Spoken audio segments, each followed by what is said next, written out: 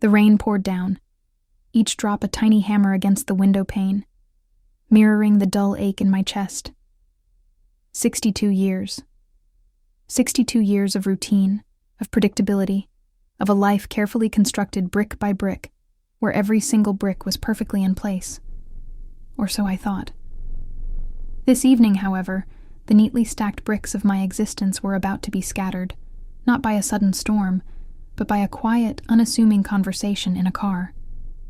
My husband, Greg, had a last-minute emergency, a forgotten report, a client crisis, the usual suspects that kept him tied to the office late. So when Mark Delaney, Greg's boss, offered me a ride home after the prolonged client meeting, I accepted. It was polite, convenient, and utterly unremarkable. Or so I believed. "Mrs. Davis, I hope you don't mind the detour," Mark said, his voice calm, almost a murmur against the rhythmic wipers. He'd insisted, of course, that it was no trouble at all. He knew Greg was tied up. I remember nodding, pulling my coat tighter, the chill seeping into my bones despite the car's warmth. The silence that followed was not uncomfortable, not yet. It was merely the silence of two people who knew each other only through the thin veneer of professional acquaintance. Mark, a man I'd seen at countless company functions, always impeccably dressed, always with that polite, distant smile. He was Greg's boss, a successful man, a widower. That was the extent of my knowledge, and I assumed his knowledge of me. We spoke of the meeting, the usual corporate pleasantries, and the incessant rain. My thoughts drifted to dinner, to the quiet evening routine that awaited me. Another night. Another day. Another year slipping by, each one a carbon copy of the last. Was this all there was? The question, a tiny, insidious worm, began to burrow into my mind. "Mrs. Davis," Mark's voice cut through my reverie, softer now, almost hesitant. "May I ask you something personal?" My breath hitched, just a fraction. This was unexpected. My polite smile remained fixed, but inside, a flicker of apprehension sparked. "Of course," I managed, my voice a little more breathy than intended. He paused, as if weighing his words. "Do you ever feel invisible?" The question hung in the air, a phantom limb reaching out, touching a part of me I hadn't realized was aching. Invisible. The word resonated, a silent echo in the cavern of my being. It wasn't about others not seeing me. It was about me not seeing myself. Not truly. Not in years.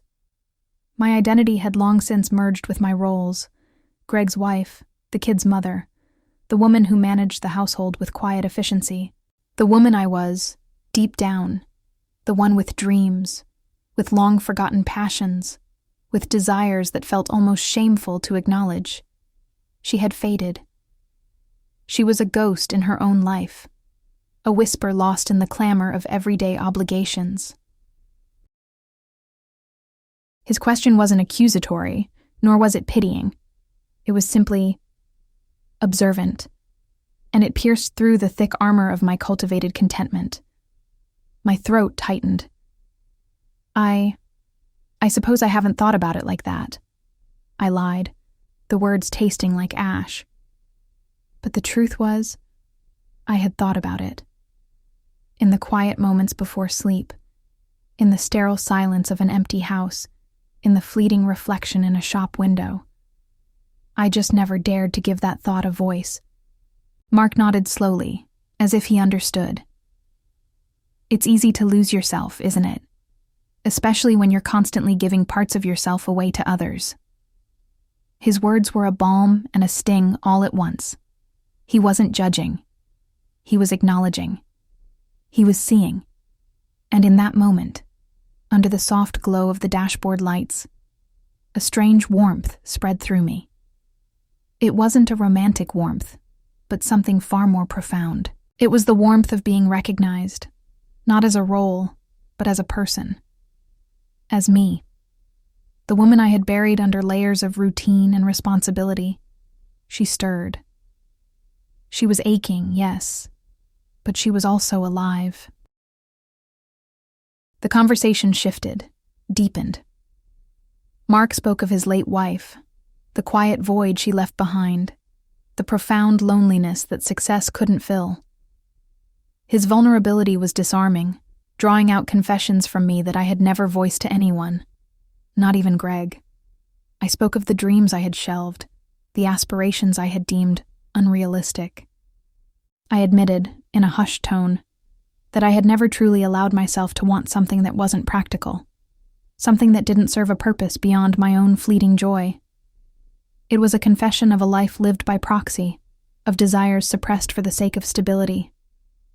But don't you think, Mark's voice was gentle, that your own desires are important too? That you are important? His words were a quiet revolution. They challenged the very foundation of my self-perception. I had always believed that selflessness was the ultimate virtue, that putting others first was the path to a meaningful life. But what if, in putting everyone else first, I had put myself last, so far last that I had vanished from my own view?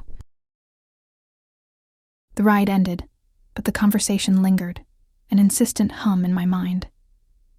The next morning, I woke with a new, unsettling clarity.